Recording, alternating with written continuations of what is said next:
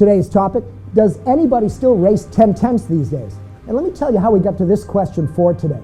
This is our first shakedown after the US-only broadcast of the 2012 Race of Champions. That drive brought to you to US-only audiences because US were the only broadcast rights we could buy. But this is a global shakedown, so welcome back, people of Earth. With Race of Champions, I thought about doing a follow-up show about rock, but getting info out of the 2012 Race of Champions from Thailand was as tough as getting Claire Danes out of a Thai prison. Yeah, just Google Brokedown Palace. And why am I using that analogy? Hold on and you'll see. So with no Race of Champion details to build a show, other than to say I think rock winner Romain Grosjean, Tom Christensen, Vettel, and Schumacher set fastest race times in the 1:14s and low 1:15s, I really got nothing. Then I got this video message from Max Seeger, who went to rock with JF Musial to Raja, whatever it is, stadium in Thailand. Max? Hey Leo, it's Max. I'm still in Bangkok, and I came up with a future, possible shakedown topic. And it is, does anybody do 10/10ths these days? Or does anybody really do 10/10ths these days? Send. By the way, Max said he recorded that at his hotel in Thailand. Where the hell did Max and JF stay? Brokedown Palace? And if Max is Claire Danes, does that make JF Kate Beckinsale? No freaking way. When we come back, the question of the day, which, if you think about it, is rather profound. Thank you, Max. In racing, does anybody still do 10/10ths these days? Wait a minute.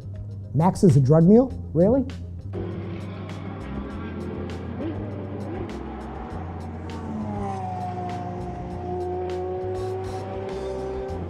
Max Seeger from FastLaneDaily and Drive asks, does anybody still race 10/10ths these days? The question, Max, is, did anybody ever? And I'm being dramatic with those words to make a point.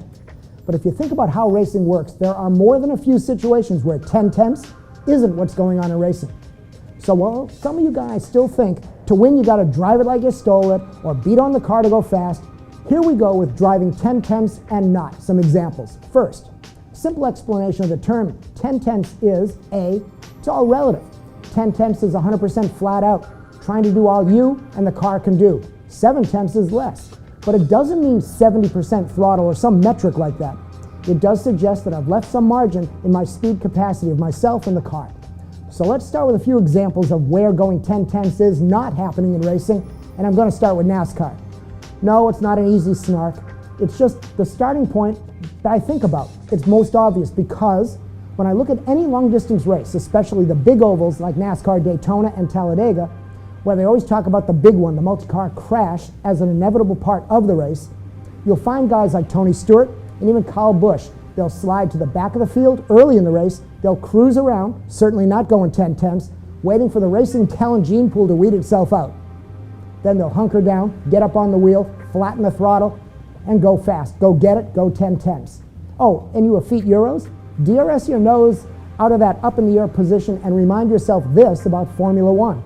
Tire management with today's Pirelli compounds built for the show, as much as the racing, force drivers to run their car up to a target lap time, especially early in the tire stint, to preserve the tire, to make the grip last and not burn them down to race slicks that are slick and don't do any grip on the track. You think I'm BSing you? Watch timing and scoring the next race. The lap time trends will show you what I mean. And the fall off in times of those who don't run to the target time, the number I've heard it called, will start adding multiple whole seconds to their lap times. So in F1 to be fast for the race, sometimes you are not going 10/10ths. Want more? How about all these races where fuel management comes into play? It's always here in stuff like IndyCar, but it's also true in sports cars, NASCAR, F1, etc., etc. Yes, the racers are told to adjust the engine mapping to dial down the engine power and dial up the MPG so they're still driving 10/10ths, right? Well, just with less car? No, wrong. Don't we often hear about rolling out of the throttle, lifting earlier into the corners, easing into the gas coming out, and all of that? It's not 10/10ths racing. And before you think today's racing sucks because of all this tech stuff, and it was only in the good old days when racers really just got on at 10/10ths all the time, well, BS. In the old days, the technology was so bad, you raced the car on a pace, managing things like brake wear, gearbox stress, and more. And endurance races in the old days, up through, I'm guessing, the 80s, were ones of pacing the car, cruising the technology, and then going all out, but really hoping you never had to do that to win the race, all to keep the car from breaking. And that was true even in sprint mode back then with F1, back in that day. So what else is not 10/10ths? The Indy 500 is one example. Here's a long distance race where strategy can change as the race develops. So it was Rick Mears who taught me that his racing philosophy, for any race actually, but definitely what he used in longer races, was this. Start the race by getting the positions you can safely and smartly. Get settled in running the car with some margin. Get comfortable. Make adjustments to the car, but set yourself up for the last quarter of the race. Then go 10/10ths. And you adjust the plan accordingly to get yourself in position to win or get the most out of your car and your positions in the race for that last part of the race. And I bet there is truth to all that in every endurance race these days. Despite the hype that 24-hour racing is just a flat-out sprint race. Flat out all the time because you can't back off because of the competition, blah, blah, freaking blah. I've seen it to be true. There's pacing involved, not 10/10ths, even in endurance racing. Anybody around here remember the most basic rule of racing? One we actually saw in the Race of Champions, one that pisses off the Red Bull management when Vettel has the race won and still's determined to set the fastest lap at the end of the race? Some driver said it, and I think maybe it was Niki Lauda, but you guys tell me who really did. I want to win the race driving the slowest I can. Translation? I need just to be fast enough to beat you, and that's only as fast as I should go. Anything else is taking risks on staying on the track and stressing the car. And the same's true with not being eaten by a bear. I don't need to be the fastest man on earth to run away from the bear. I just need to be faster than you. Don't need to go 10/10ths if my 8/10ths outdoes your 10. Interesting little point here.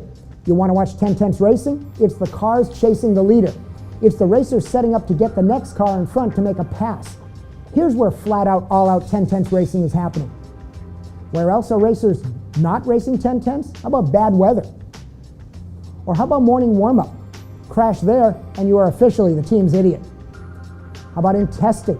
Most of the time you're being asked to perform consistent laps, so leaving just a little margin allows that bit for consistency.